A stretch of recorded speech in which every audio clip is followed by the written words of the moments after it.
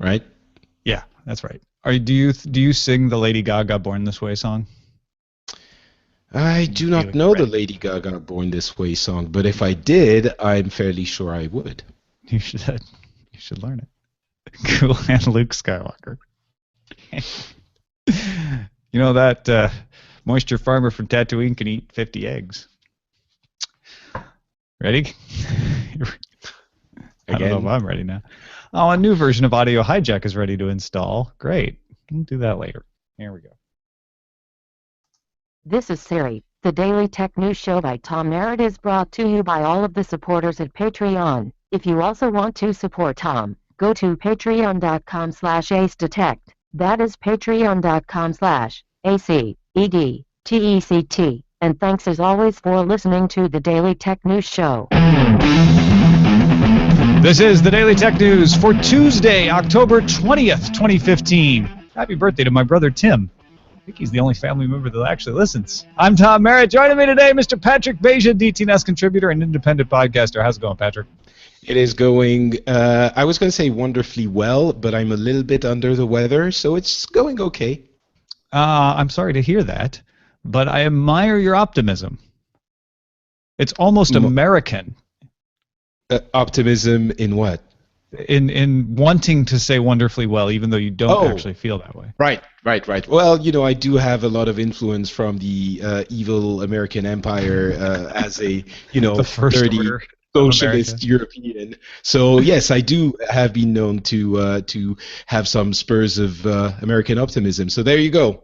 What can you do? Hey, you guys do your movies on Wednesday, which means you get Star Wars: The Force Awakens on a Wednesday before we get it here in the U.S. Did you get your tickets yesterday? I did get my ticket today. Oh, today. But still Wow. on the Wednesday 16th. And it's been a point of contention between me and producer Jenny for a few weeks now that we get to see it earlier. But she also got her tickets, and she was very happy that she bought an entire row of tickets. So that Yeah. made her happy. So now we're friends again. So that's Jenny's smart. Jenny went to the theater and bought the tickets. My wife is smart. My wife went to the theater and bought tickets. I'm dumb. I tried to go online, which was a miserable experience trying to actually get tickets purchased online. Just- Tom, I like to think of you not as dumb, but as clever in a different way.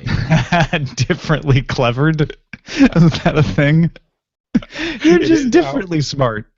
Thank you. I appreciate that. Let's get on with the headlines.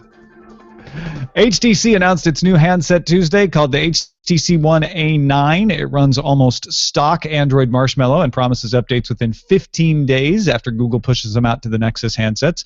Notable features of the HTC One A9 include an SD card slot. Costs $399 with availability expected to vary by carrier, but arrives sometime by the first week of November. And all anybody can say is like, wow, that looks more like an iPhone than any other HTC phone I've seen. Well, Facebook's Chris Cox, speaking at the WSJ-D conference today, said Facebook is rolling out instant articles to all iPhone users. Facebook will test the format in beta for Android users later this year.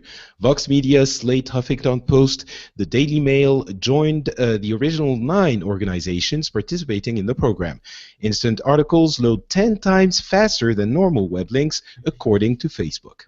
They're also doing something called instant advertisements, which I think is sort of inside the Trojan horse of instant articles, because we are all like, oh, well, instant articles, what a great program. We get to tap and read our news faster. And publishers are sort of begrudgingly like, well, a lot of people on Facebook get their news from us, so I guess as long as we can monetize it with Facebook, which we can, we'll participate in this. But instant advertisements allow advertisers to immediately load an ad in the same speed as instant articles, which again, I mean, if you're not waiting to load an ad in a web browser, you're more likely to actually pay attention to it, right?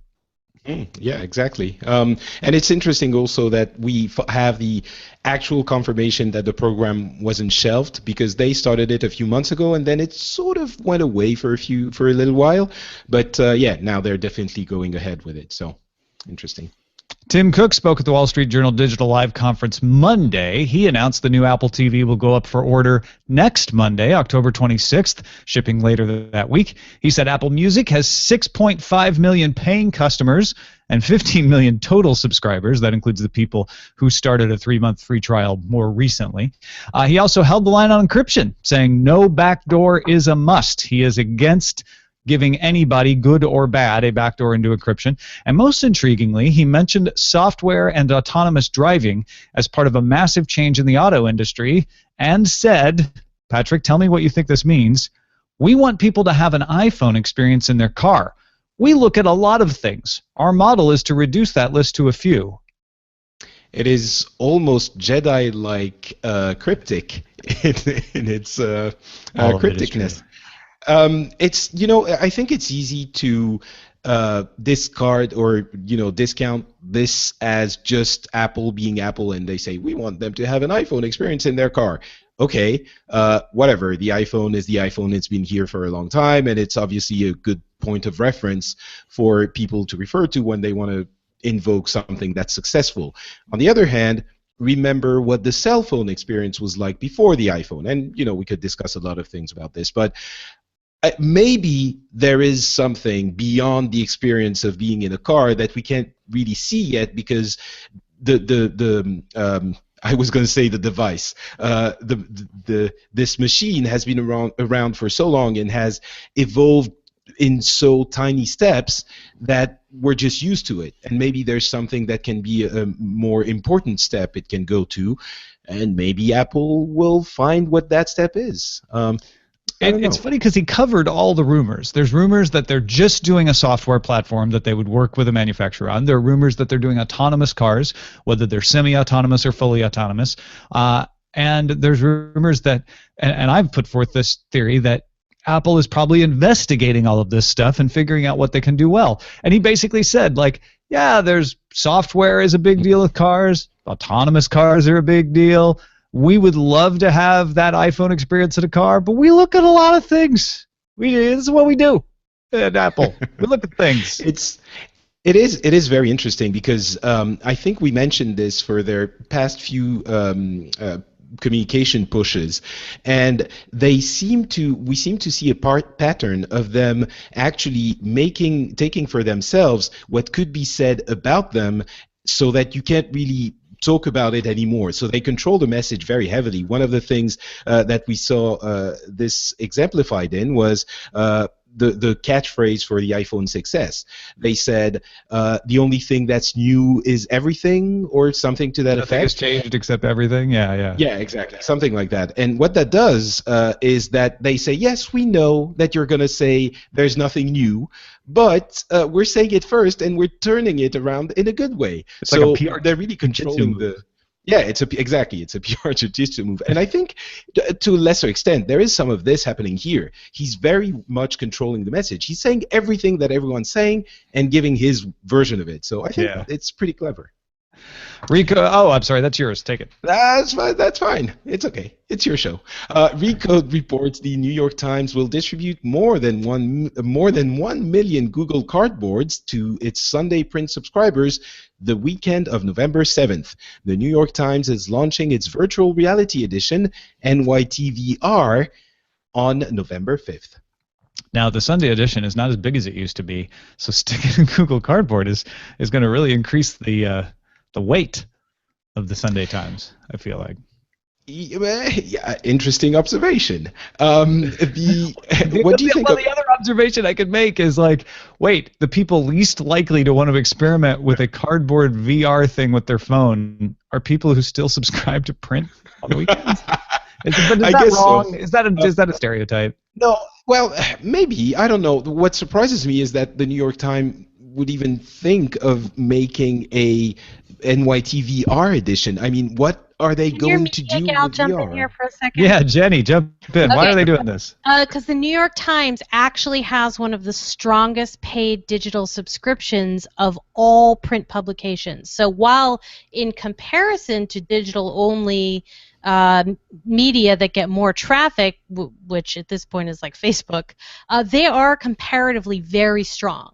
And so they're trying to take that audience, because there's like this whole level of people that exist only for the Sunday Times, and they're younger and hipper. You can see the change in the Sunday Times sections over time, since when I was like, born and then reading and then, still needing that paper. So it has such a strong brand attraction for such high advertiser-friendly demo that they're actually really smart in getting ahead of this. Like, they have all sorts of levels of digital deals, and this is just another evolution in that process.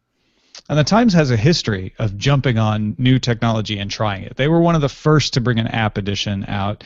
I remember they were actually doing, what was that push technology that Netscape was trying back in the late 90s, and they were one of the first publications to try that as well.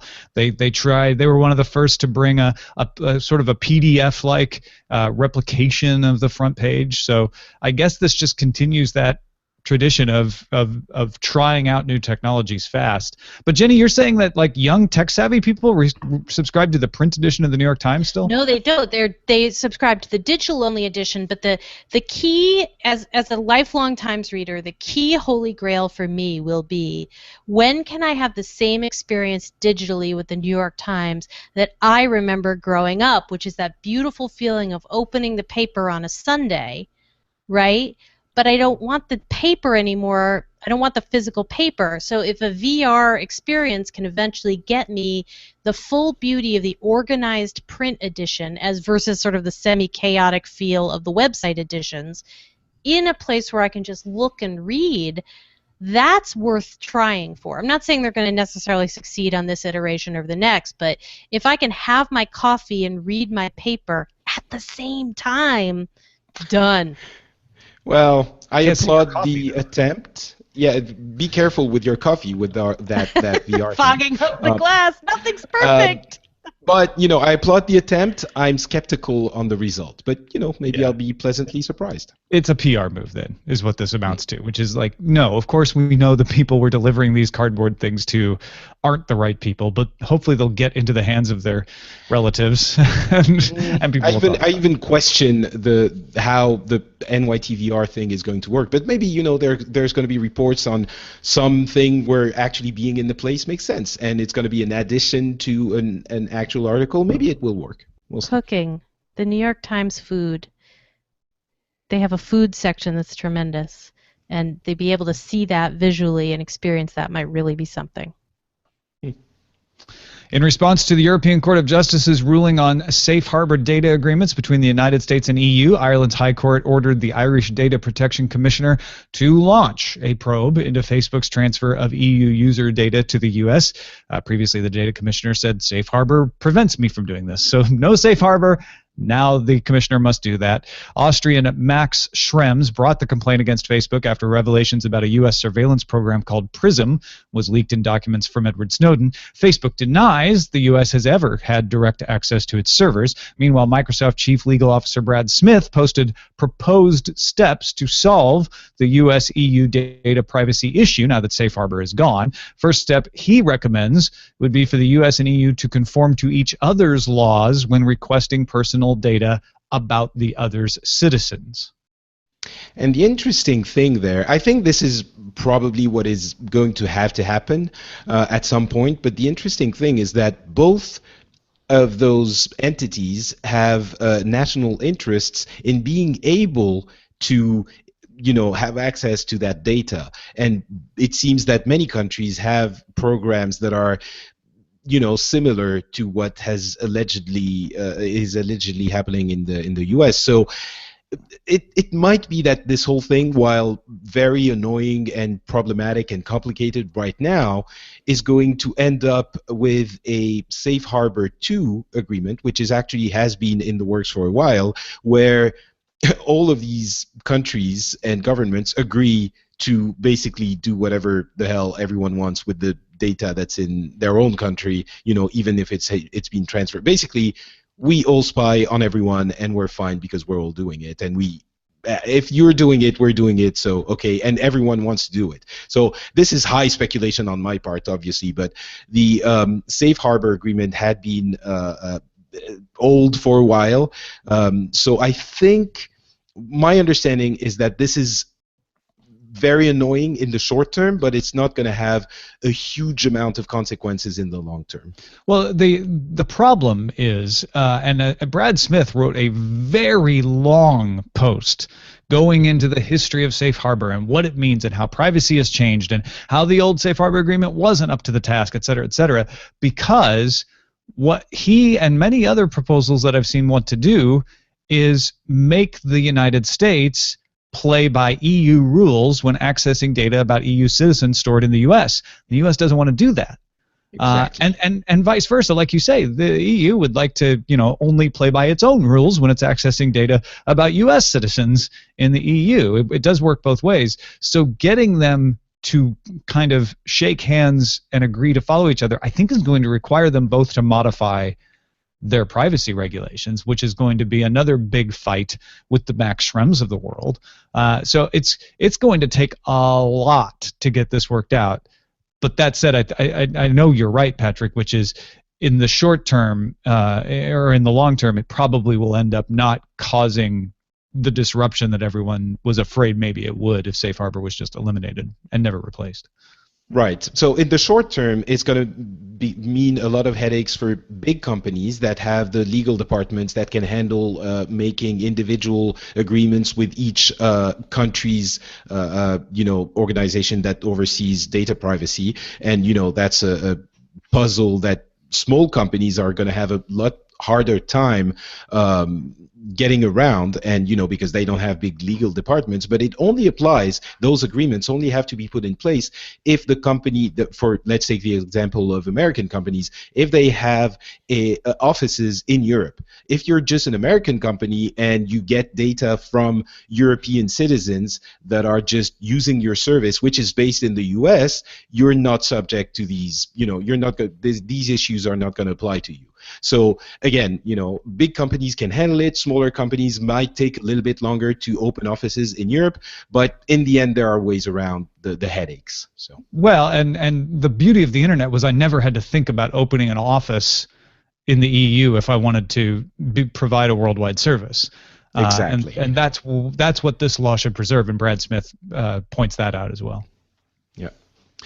Reuters reports that Google has purchased a minority stake in an artificial intelligence firm called Mobvoi, based in Beijing.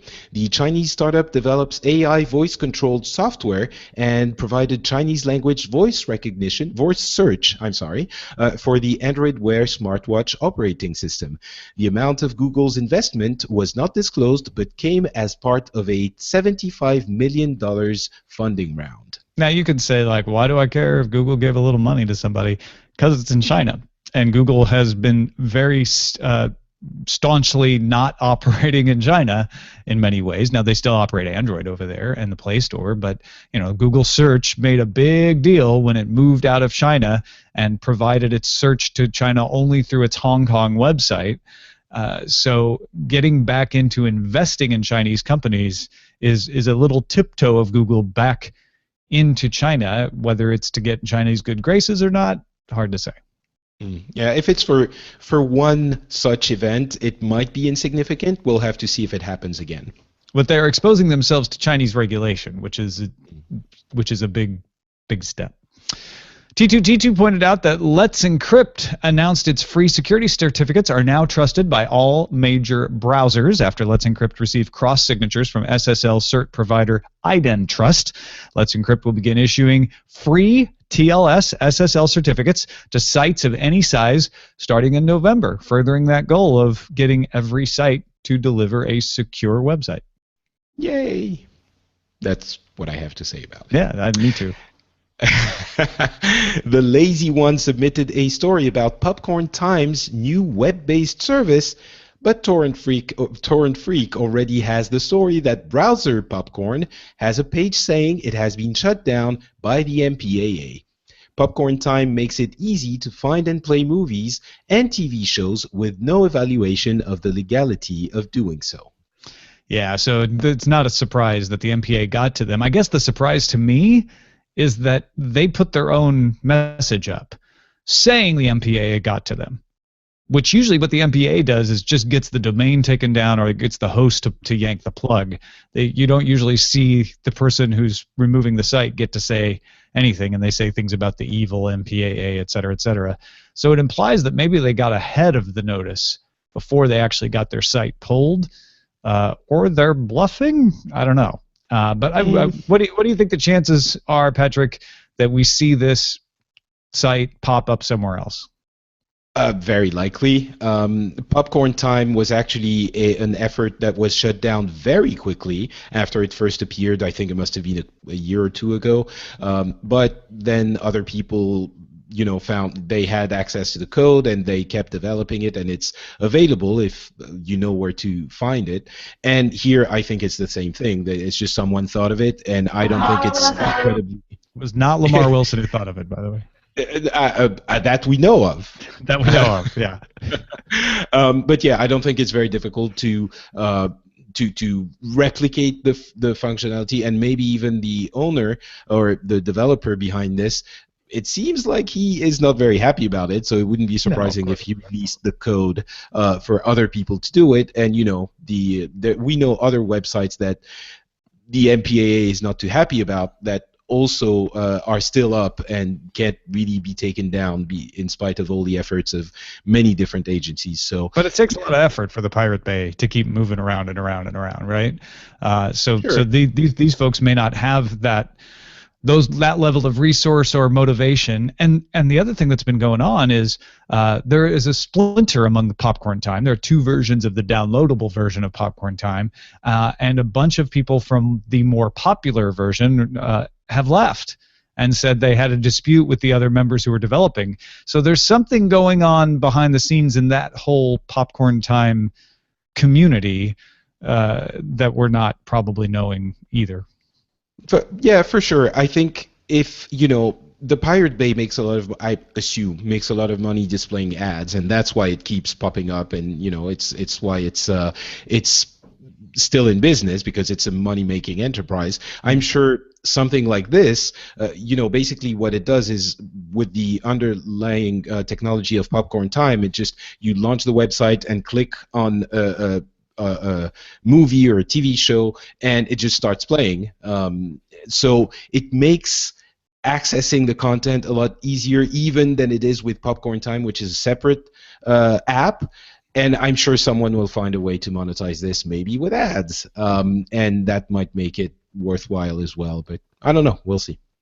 Ars Technica notes that a new Android compatibility definition document restores mandatory encryption for devices that run Android 6.0, with a couple of exceptions. The requirement applies to devices launched running Android 6.0 as long as they meet minimum requirements. Any device that can't support full disk encryption with AES above 50 megabyte per second is exempt.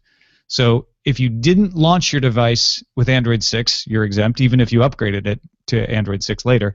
If you can't support this encryption standard, you're exempt. And devices without lock screens, like Android watches, for instance, are also exempt. So most of the phones out there, even if they're running Android 6.0, are going to be exempt for a while. Definitely cheaper Android phones are going to be exempt for a while, but brand new phones with Android 6.0 installed at the sale point will have to be full disk encrypted. Hey, Tom, what's a megabyte? That's a long story, but it's essentially the more accurate representation of the number of bytes versus a megabyte, which can be defined in a couple of different ways. Oh, all right. Excellent. Well, I learned something today. Yeah, when you see 50, I think it's usually abbreviated MIB. That's a megabyte, and it's actually what you're supposed to say. So if you want to be that guy at the party and someone says megabytes, you can say, "Do you mean megabytes or do you mean megabytes?" And then you get kicked out. I'll try not to do that. Hey, submit stories to us, though, folks. Vote on them, submit them. Let us know what you want to hear. It helps us a lot, and we really appreciate everybody in there doing that. dailytechnewsshow.reddit.com is the subreddit, and that is a look at the headlines. Okay, so We reported on this in the headlines previously, but the news keeps trickling out. People keep talking about it. Wall Street Journal says it has people familiar with the matter, as I said the Oh, other those day. people. I'm so excited that they use the actual term people familiar with the matter, saying Nintendo has distributed the SDK for the Nintendo NX, rumored to have a mobile unit that is separable and could be played on its own away from the main console. They say there are cutting-edge processors, these sources say, so it'd be more powerful than the underpowered processor we've seen previously. Macquarie Capital Securities analyst David Gibson told the Wall Street Journal, "We are increasingly of the idea that Nintendo might launch the NX in 2016 because of the softness of the 3DS and the Wii U. Nintendo has only ever said that they plan to release more details about the NX next year. They haven't said anything about a launch. Although Square Enix has said that it is planning to make Dragon Quest XI for the NX. So what's really surprising here is the quickness with which Nintendo would be putting out this new system. The Wii U only launched in November 2012, just 3 years ago. Usually those systems have a shelf life of 5 to 7, 8 years. The last generation was longer than the ones before, but something like that. So it gives you an idea of how, I'm not afraid to use the term, abysmal the sales of the Wii U have been. Basically, they've only just reached 10 million units sold, which is really low. For a point of comparison, the PlayStation 4 that has been out for a couple of years only is already at 25 million worldwide. So it's an exceptional number for even for Sony, but it's still a lot lower. And the problem is, it doesn't seem like Nintendo has a lot of hope of selling more Wii U's at this point. They could go up to 11, 12 million, but it's unlikely that they would go much above that. Again, for a point of comparison, Nintendo home consoles have been selling less and less over the past few years and over the past decades. And the next one that was the lowest selling console in its entire history was the GameCube, which sold about 20 million. The Wii was kind of an outlier at 100 million. It sold super well, but it was more kind of a game that you would play with your family. You would buy it, take it out of the closet for once or twice, and then you would never use it again. A lot of people went into that. So anyway, Wii U sales are terrible, and they have to move on. They just have to. So they might actually put out the new system, the NX, in 2016, which is very early. I think the latest they could do it is March 2017 at the close of the fiscal year. They have been. Now, the more interesting thing about the NX is what exactly it's going to be. We've heard a lot about Nintendo's design, hardware, innovation. Really, when you look at it closely, they have initiated the motion gaming revolution, which, frankly, I might get some hate for this, but I don't think it did much for gamers. Microsoft, which quickly followed suit with the Kinect, actually never made anything of that device for gamers in a wide sense. The Wii itself, as I was saying, didn't make it into as a staple of a gamer's house. And similarly, even with the 3DS or the DS, they were great consoles, and they still are. But I would argue that a lot of their qualities came from the game design that Nintendo and other developers put into the games. Well, that was the idea behind the Wii U, was who cares really what the hardware is doing? You're buying it for the games. But that doesn't seem to have paid off for them as well. Well, they had that clunky screen. For those who don't know, the Wii U is a relatively underpowered system with a controller that has a screen in it. And it was designed at a time where tablets were booming, and everyone thought, oh, we have to do tablet-like things, and it's going to be awesome. Turns out with the NX, they're going to do something where like, oh, we have to have mobile-type things. So that's different. And let me tell you why. A lot of people will tell you, oh, we don't need mobile game systems because we have phones, and everyone's playing games on their phones now, so who's going to have a 3DS or something like this? I strongly disagree. I think a lot of the people saying that are people who know the games market only marginally. They understand the tech market, and they look at this and they think, well, it's kind of the same thing. It's games. Games are games. But gamers will tell you that in order to have an actual gaming experience, you need to have physical controls. You need a joystick. You need a button, and more than one, actually. So I think there is a space for a portable, dedicated gaming device in the world. I might be wrong, but I think there is. Well, the Nintendo 3DS, I mean, it has sold 53 million, and it is definitely by far the only portable game console that sells consistently. Even that's been declining, though. It has been. It had a rough start. It definitely didn't do as well then as the DS, which was extremely successful before the 3DS. But it's been doing so. Basically, the home console, the Wii U, and the 3DS need a refresh. And what Nintendo is doing, what Nintendo is allegedly doing, right, is sort of two things in one to sort of capture the mobile market, the mobile dedicated gaming console market, which they are very strong in already, and giving an updated home console that gamers are going to enjoy, and that's where the cutting-edge processors are important. So you're saying they're collapsed. First of all, they're moving back towards the Xbox and PlayStation, would be the theory, because they're using higher-end processors so you can do more serious gaming. It's not the Wii proposition anymore of like, this is the second console that the whole family can use, and they're bundling in that portable gaming device because they're collapsing those two markets and saying people still want things like the 3DS, so let's boost the sales of the console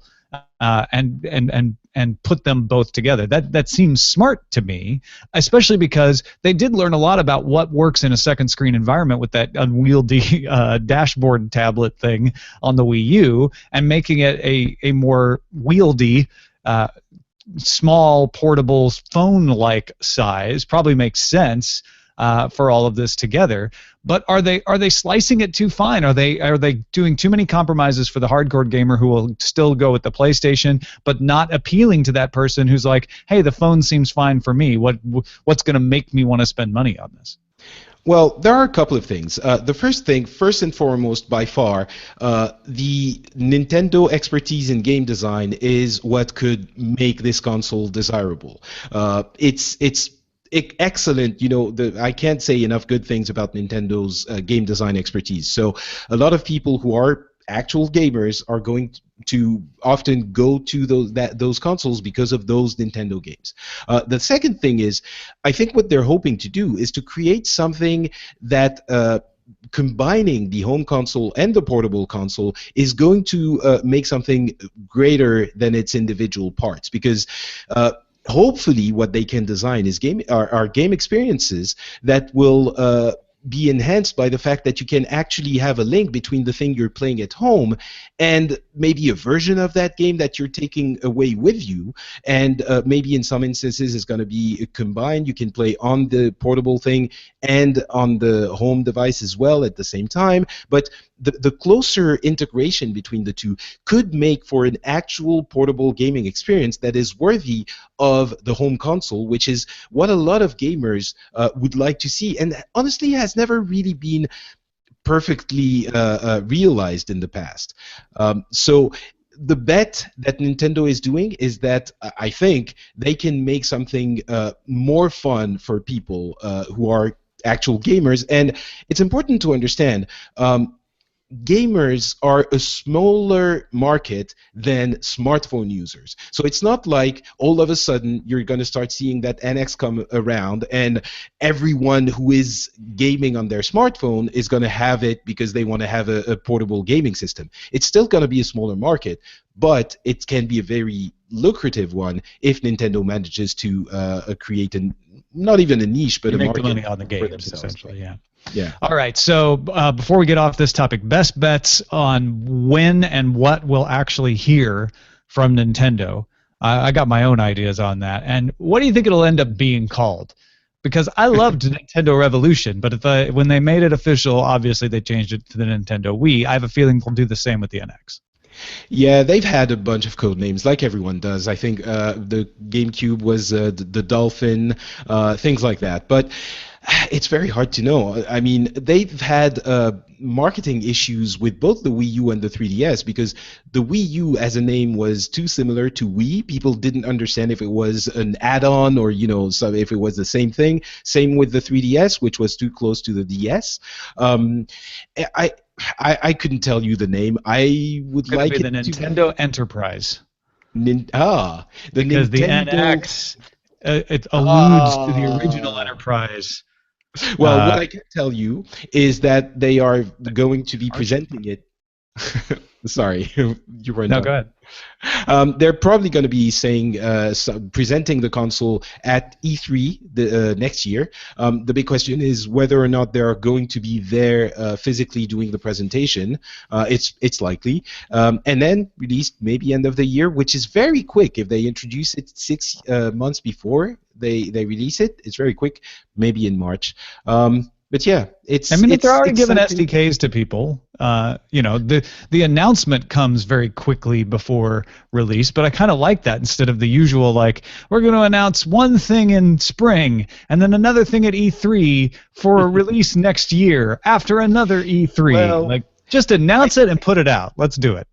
That's great in theory, but now the news is leaking because they are distributing, probably more development kits. But that's only a year before the release of the thing, if it actually comes out at the end of next year. Yeah, That's a that's very exciting. short amount of time to develop a game, especially for a system that has such a different, hardware with two different elements. What they might do, though, what seems more and more likely, is that they are delaying one of their huge titles, which is Zelda, which was supposed to come out on Wii U and very well might, but I could imagine it would come out as a dual release on Wii U and NX to boost the sales when the machine first comes out. Yeah. Nintendo. Yes, that's what I meant. I'm sorry. Yeah. All right, good stuff. We'll keep an eye out on it, but it is fun to think we might actually get a new console next year. I'm excited about that. Especially for Nintendo. Just to close the segment, I think a lot of people, that's the difference between Nintendo and a lot of other companies. There are a lot of people who really want to love Nintendo. They just need a reason to do it, and in recent months, Nintendo hasn't given us enough. So hopefully with the NX, they'll be back. Our pick of the day comes from Juice. Our pick of the day comes from Juice in beautiful springy Melbourne, who suggested that when you need to monotask in a big way, you try getcoldturkey.com. Basically, it blocks the website and application that you tell it to block for whatever amount of time you tell it to. He bought the paid version just to support the devs, and you get a few extra features then. Finds it very useful for defeating his ADHD brain while he's trying to get uni work done for his honors program and so on. And they do say that there's a Mac version coming if you go to the website. He says, on my Android phone, I use Quality Time, which pretty much does the same thing, and there are plenty of apps on the Play Store that do stuff like this. Both could use some UX improvements, but both work really well. Do you need a distraction monitor, Patrick? I'm incredibly OCD, and I usually multitask in a very neurotic way. So I think I'm yourself. You have built-in. But this is a good suggestion. If folks are like, I can't stop myself from checking Twitter or Facebook or Instagram, get coldturkey.com. Send your picks to us. Feedback at dailytechnewsshow.com. You can find my picks at dailytechnewsshow.com/picks. Alan said, I don't know about under your sink, but it would be interesting if plasmafires, the plasma converters we were talking about on yesterday's show, could be sufficiently small to be mobile, like hauled around by a truck. Then the problem of running out of trash locally could be solved by moving to another location with a supply of trash. Better still, if you could put it on ships, which, by the way, we mentioned yesterday, it's on a Navy ship, maybe they could deal with all the garbage floating in the ocean. The only thing about plasma barges is that I'm not sure what they would do with the energy. I guess they'd have to maybe charge batteries for Tesla. But you could power the ship and then maybe store some in the batteries to get you to the next area of floating plastic that you're going to pyrolysize. I just like the concept in my mind of plasma barges. It's very Star Wars-like for some Totally. reason. In my mind, I worked a couple seasons on the plasma barges. Mink spent a year at Elizabethtown College in Lancaster County and says, we had an incinerator, which we got to see for class. It was awesome. And while different from pyrolyzing trash to plasma, the incinerator had several similar problems. One hidden benefit that I think you'd appreciate. So it's incredibly complex and non-intuitive to decide what you can and can't incinerate. The net result was that everything went in the trash and was sorted at the facility. While more things can be turned into plasma, so there's less decisions to be made, sorting at the facility means a change in what gets recycled, and what doesn't is as simple as updating a few professionals rather than trying to do some sort of community update where they get the word out. It really is just much nicer to throw away everything and not feel guilty about whether that type of plastic was recyclable or if you just wasted water washing it off for no reason. Also, I find the idea that we don't have enough trash to destroy hilarious. There will always be absurd amounts of waste, and if there's a shortage, some enterprising American will find a way to monetize it, says Mink. Except Jeff from Cooling Off I'm sorry, wait a minute, that's different. Somebody on Twitter, and I guess I didn't put it in here, I thought I did, had sent us a link to an article about a German plant that was burning trash and ran out. And it had to start importing trash from other countries to feed its trash power generator. So it can run out of trash. There are a lot of countries in, well, I guess we all know this, but in especially in developing countries where trash, just not even disposal, is a big problem. You just pile them and create mountains of trash. So maybe that could become a business opportunity. And then Jeff from Finally Cooling Off Manhattan Beach says, I'm not one to write into things, but I had to today. I was listening to you talk about plasmification yesterday, and this is what I saw. He sent us a picture of a DeLorean on the back of a flatbed truck. He says, that's right, not only is it a DeLorean, it's the DeLorean, complete with Mr. Fusion. Coincidence? I think not. I think not. Yeah, well, everybody's gearing up for the big Back to the Future celebration tomorrow, October 21st. I guess they're bringing one of the real DeLoreans, or at least a pretty close facsimile by the picture, somewhere in Manhattan Beach. I should go down there, see if I can find it.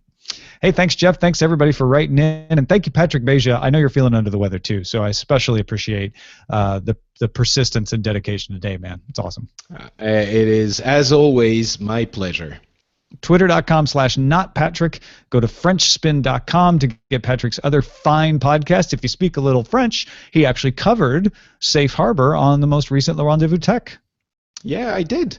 That's at FrenchSpin.fr. At FrenchSpin.com, we have, obviously, Pixels, which is a show about video game, where we do also cover the recent beta for the Star Wars themed game Battlefront, coming out in a couple of weeks.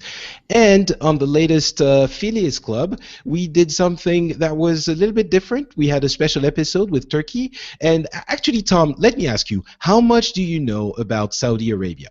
I knew virtually nothing, and I can say that with certainty now after having listened to that episode and having Turkey. I explained, like, okay, I guess I thought it was like that, but he's describing it in a way that's entirely different from what I thought. So even when you're like, oh, well, I know women don't drive, the way he explains how that works will totally change your perspective about what that means.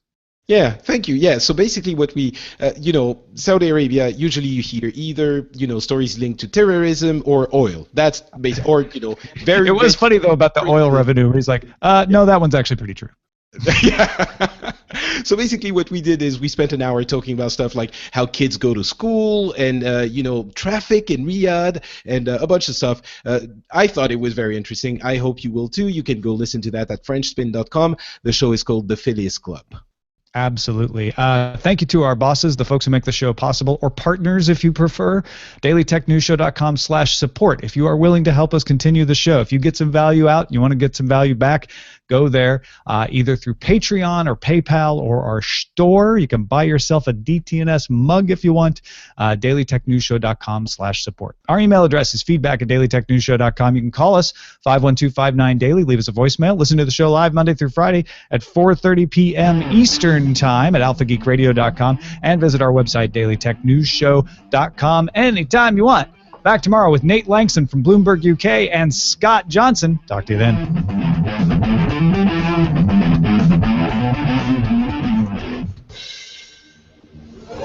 This show is part of the Frog Pants Network. Get more at frogpants.com. Diamond Club hopes you have enjoyed this program. Oh, my music was sounding a little crunchy there. It sounded crunchy for far. Yeah.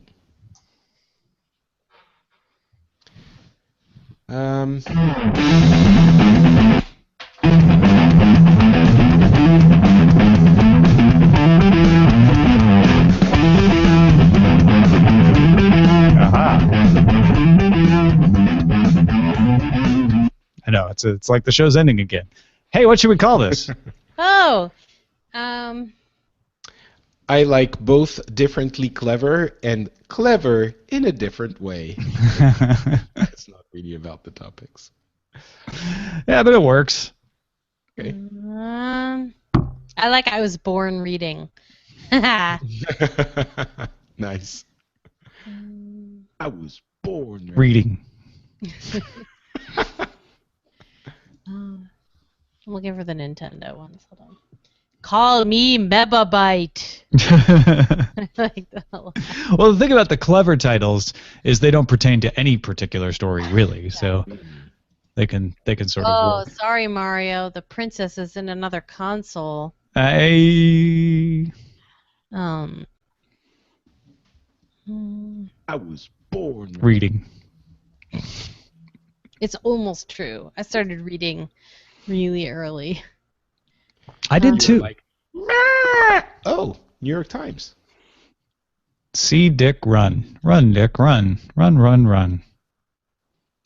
All right, I'm going to go. Yes, go get some rest. Hope you feel better, man. Good job, Thank Patrick. you. Way to rally. Thanks, guys. Thanks, chat room. I always look here when I thank the chat room because that's where the window of the chat room is. But, I should look here. Thanks, chat room. Bye. Goodbye. Bye, guys. As I wave my robot hands. Thanks for jumping in on the time story. That was cool. If there's one thing on this earth I am qualified to talk about, it's just the New York Times. Seriously. That's my local paper. Oh my gosh. Sorry, I'm not reacting to what you just said. I'm reacting to Scott Johnson responding to my note, which you've probably got this email if you haven't seen it yet, to Nate Langston and him about being on the show tomorrow, and Scott responded, "Better Nate than Lever." Scott. Even I have to shake my head at that one. I'm so excited. I have no right to shake my head at any pun ever. I very much look forward to this showing up. Should we do I Was Born reading? No. No? No. Why not? Because it's winning the poll. I know, but it's winning the poll for the wrong reasons. Let's see. Well, I need something now. You do what you want. I leave it be. You got nothing? I got nothing. Got no pref? Yeah, I don't. All the news that fits around your eyeballs? If we're going to go that direction, I'm doing I Was Born reading. All right. Well, only because it's almost true. I was born reading. Because it applies to you saying That's that. True. And I did Patrick's say it in the show. catchphrase. Yeah. So I like it. All right. I'll go with it. I was born reading. How many times did you watch the trailer?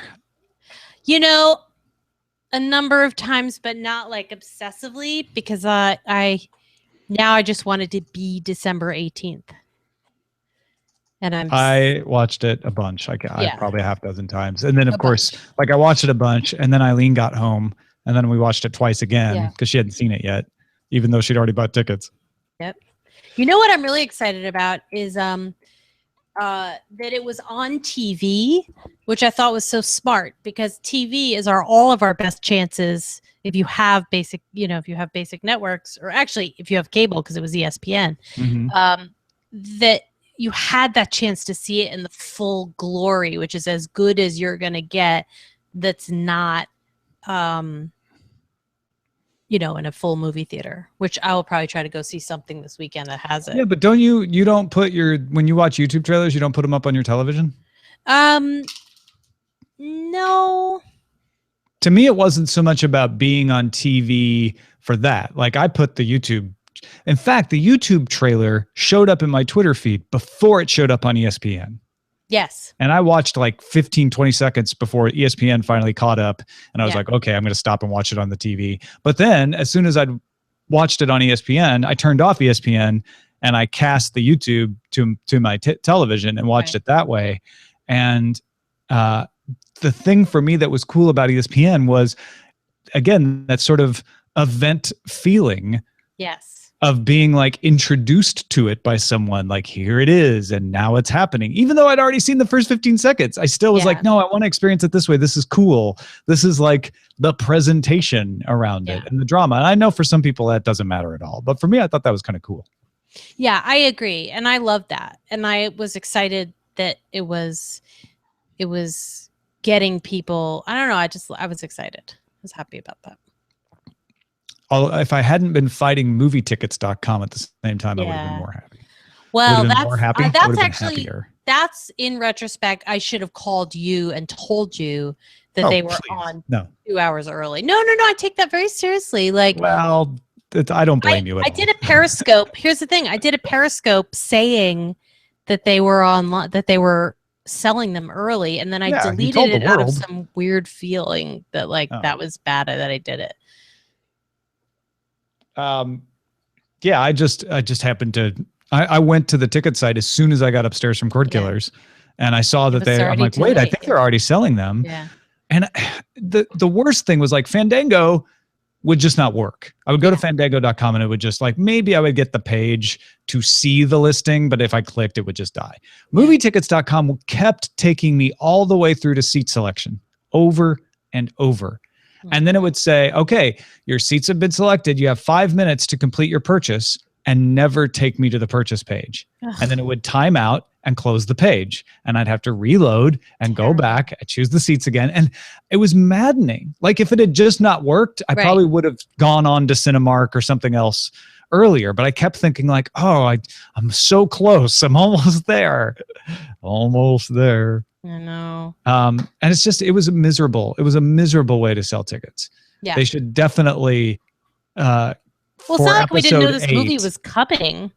Consider a different, like all the theater owners get together and consider a different way of selling the tickets. Yep. I agree. And granted, there are lots of workarounds. I got tickets in the end. It's fine.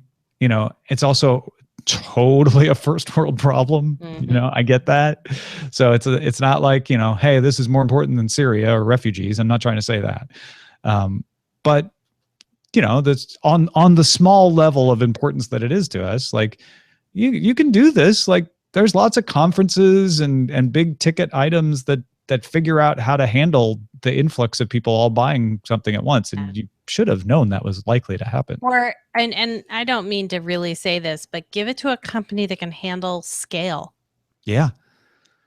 Exactly. Like if you don't think that right now that someone from Google or Amazon is calling all the ticket places and be like, yo, hey, we're here. How you doing? Or tickets.com. Yeah. Or Ticketmaster. God, right. Events.com. Something that can handle scale. Yeah. Somebody who has like expertise in that particular problem of everybody wanting to buy something at the same time. And I just knew in my heart, in a way that I've known few other things in my life, that ArcLight was going to fail. I just knew it. Oh, well, you were not wrong about that. But it wasn't just ArcLight. Yeah. It was every site except Cinemark. Yeah. Cinemark worked for me only because Rob Krekel told me, like, I went to the Playa Vista page. Yeah. And I was like, oh, so I sneaked in through the side door. Right. And I was able, by then, only to get second row tickets. But apparently, like, less popular theater, for one thing. Yeah. And not having to go through the like main page to the find the movie to the see the movie times was the trick there. But yeah, Eileen was like, I'll just go over there. And yeah, I think that was what I kept telling people online, was like, just go if you can, go, knowing that of course, that's a lot.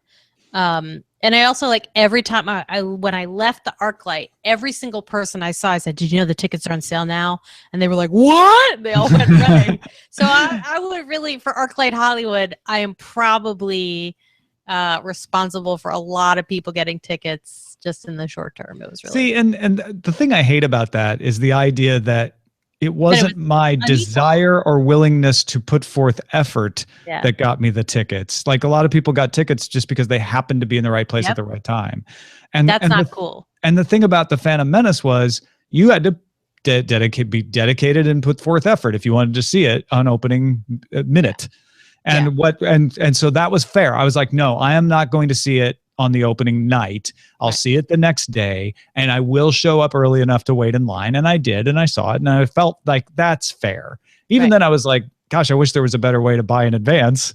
But apparently there's not. I think there will be by the next Star Wars movie. I'm just gonna make a guess. I bet they it's 2 years of anthology. I'm not sure they'll have the same. They may. It's gonna take a while for this to I think, for the excitement of this to ramp down. I really do. It depends, unless it's awful. Well, right. Oh, that's true. That's true. I don't even want to. I can't even think about it really being awful. I just don't know if I can do it. So want to share my theories about Luke, but now you all have scared me. You could share them. Everybody who doesn't want to be spoiled, don't listen. I'll just share them with Jenny after we're done. All right. I have been cowed by the forces of don't talk about anything ever. I'm voluntarily curbing my free speech rights. It's the internet. It's not. It's people I know in person. I'd love to blame the internet. I know. I mean, yesterday I posted on Twitter my recent, like, oh, I love the trailer. I love the idea of them being legends. And somebody's like, spoiler. Ugh. I'm like, you're a troll. You're just being a troll. What I actually love, really and genuinely love, is the idea that wait, I just lost my thought. Hold on. Wait, come back. Come back, thought. Come back. It's gone. It sailed away. It's all right. No, I lost it. It's gone. Wow. That was amazing. Was it a theory about the movie? No, it was whatever it was. It's just utterly gone. This is my life now. Yeah, I don't remember things very well. The good days are the days when that happens, and then I remember it later. Yes, very true. There was, like, last weekend, I was like, oh, I actually remembered what I was trying to remember. Yeah. That's amazing. Oh, I think I remember. This is not exactly what I would think, but the idea that now that Star Wars movies are going to come out with semi-regularity is really exciting to me. It is to me too, although I hope I don't get tired of it. And I hope. Yeah. It's I have a new hope. I know. I was very excited about making that joke in the other Slack. I don't know if you saw, but I was just all over that. Oh yeah. That was exciting. Well, I know what Randy is saying in there. Yeah. Randy's like, yeah, but why are people so into this? And he's not. I mean, he's kind of saying I don't get it, but I think he's also just as fascinated with, like, why does it happen with this? Why not this other thing? I feel like I intuitively understand it, but I was trying to explain it. I was trying to explain my intuition. It just seems to me like a basic duh. It's that J.J. Abrams, while people may disagree about... Oh, God, wait. I remembered what it was. I remembered. Good. What are you guys going to do on Current Geek about Star Wars? What do you mean, what are we going to do about it? Like, are you going to have any special programming? Oh, I was thinking about that earlier today because it's Friday, and I'm like, well, I'm going to see it on Thursday, and I think Scott got Thursday tickets too. Yeah. If I was reading them right. So then we can talk about it on Current Geek. We're obviously going to talk about it on Spoiler in Time for Cord Killers. and then I'm going to go see it again the Saturday after Current Geek. But yeah, maybe that episode on the 19th. Yeah. You know, we should book JJ. I think. Yeah. Right? Well, that's what I was thinking. Yeah, is yeah. like, No, we should. I mean, obviously, we're not going to book JJ Abrams, Yeah. but that'd be you awesome. know, But yeah, we should book with an eye towards like, let's make it the Star Wars, the Star Wars episode. I think that's a good idea. so that's what I was thinking. I thought but you were like, meaning like, what are you going to do about reporting spoilers in advance of the show? No. I'm just saying, like, what are you going to do on that show and who On are you that gonna talk day. to? Yeah, absolutely. I mean, we should check with Scott, obviously, but Yeah. I'm all on board for that. I can't imagine. And he then wouldn't I be. was wondering if like there's a way to do it's so hard because it's like everybody's going to want to talk about it, and how do you create all that in a manageable webcast that's not just like bah! Oh, you mean the actual content? Yeah. You know, we have a show on the Ooh. 18th on this show. Yes. Are we allowed to do something that's Star Wars related and technology related? Maybe. If we can think of a good way to do it. I wouldn't want to force it. That's all. But yeah, I'm not saying no either. No, I wouldn't want to force it, but I was thinking The of way like, I look at that is like, is there an idea that naturally presents itself? Like, can we have someone on to talk about online ticket buying yeah, who has the solution? I'd be totally into that yeah. for DTNS. That's my thought, is like how to think about it in a way that fits in so that we can talk about Star Wars and be excited, and maybe just like in the post show allow any contributors that have seen it. I won't have seen it by that point, which will be Well, that is troublesome. what Current Geek will be, which is Yeah. like all of us talking about Yeah. having seen it, right? And that's what Current Geek is for. Post show for DTNS that day definitely will be a spoiler zone. Right. I guarantee it. Yeah.